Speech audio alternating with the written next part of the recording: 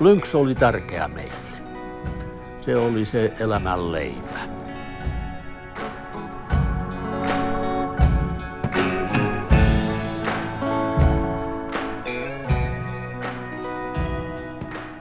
Pirun hikinen paikka. Kiimaneva. Täällä koettiin kelkkoja kesäaikana. Kiimaneva on märkä, se oli silloin vetinen suo, mutta ei upottava suo. Siinä on joku 5 metriä tätä turvetta ja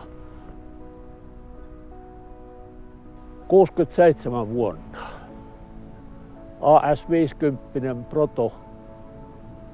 Täällä sitä ajettiin kesäaikana. Suurin piirtein 2 kuukautta oli tavoite, jotta pystytään ajamaan, että se uskalletaan syksyllä myydä. Tavallaan ilman uimista ei täältä päässyt, mutta kelkka ei välittänyt siitä kovinkaan paljon. Ja oli hyvin lähellä ne olosuhteet, lumiolosuhteita kyllä.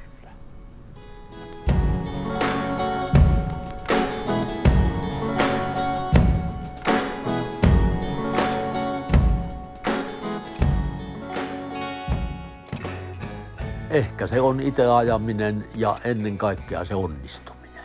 Vaikka se menee rikki siellä, niin se on onnistuminen. Silloin tiedetään, mikä on heikkous.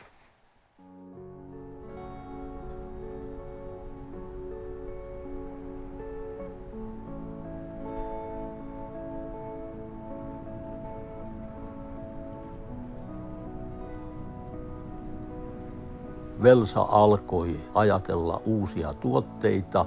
Siinä tuli mukaan tämä moottorikelkka, niin minusta tuli sen tuotepäällikkö vuonna 1968 lopussa. Kyllä se on normaali teollisuustuotteen syntytarina. Ja tietenkin moottorikelkka oli määritysmielessä enemmän tekninen tuote, mitä muut tuotteet siinä talossa olivat. Se tavoite oli kyllä hyvin selkeästi jokaisen mielessä.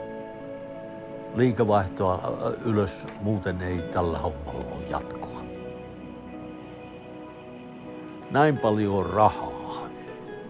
Ja ellei me pystytä sillä tekemään, niin lähdetään kilometritehtaalle. Se mieliala oli ainakin kilpailuhenkinen. Se on ihan totta. Se oli aika paljon vietettiin iltoja siellä. Ja monta kertaa joutui istumaan tuolille ja ajattelemaan, että tuleeko tästä nyt mitään. Se oli aika vaikea, se oli vaativa tehtävä. Ja ei laskettu niin tarkasti sitä työmäärää. Ja se oli kunniakysymys. Hankkijamies kävi sanomassa ja sylkemässä sen päälle, ettei tästä nyt pojat tuu mitään. Mutta me haluttiin näyttää, että tulee.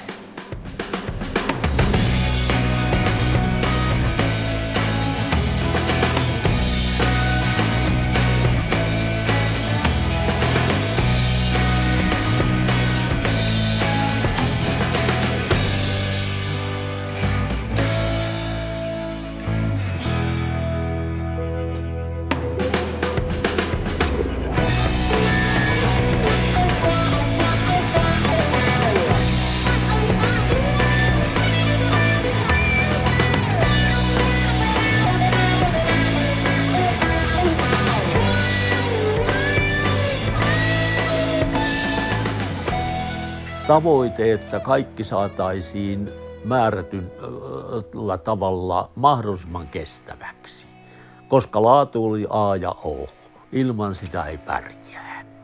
Ja mä uskon, että sen lisäksi vielä kun otetaan huomioon asiakkaan kuuleminen. Ja se, ettei jätä asiakasta yksin sen jälkeen, vaan muistaa sen.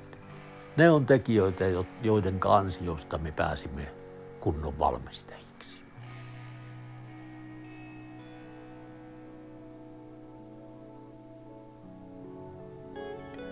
onnistumisen hetki on, kun markkinoille tuli Lynx 300 GLX, Lynx 400 GLX ja 535 ja 600.